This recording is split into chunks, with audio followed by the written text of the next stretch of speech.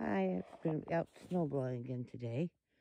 Got my 5-year-old Ego snowblower, which I've been really happy with. I'm still really happy with.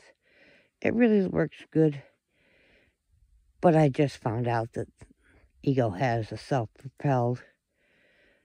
So I kind of am looking forward to buying a self-propelled. I'm hoping I can get it without the batteries. And then I can use the batteries for this, even though they won't last as long, because they're only 5.0, I guess, instead of 7.5 or whatever. But I don't snowblow that long at a time.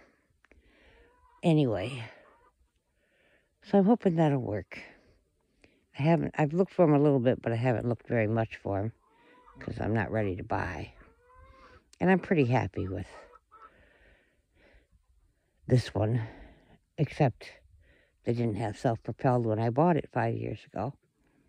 But even after 5 years, it's working perfectly. I'll start you up when I start snowblowing.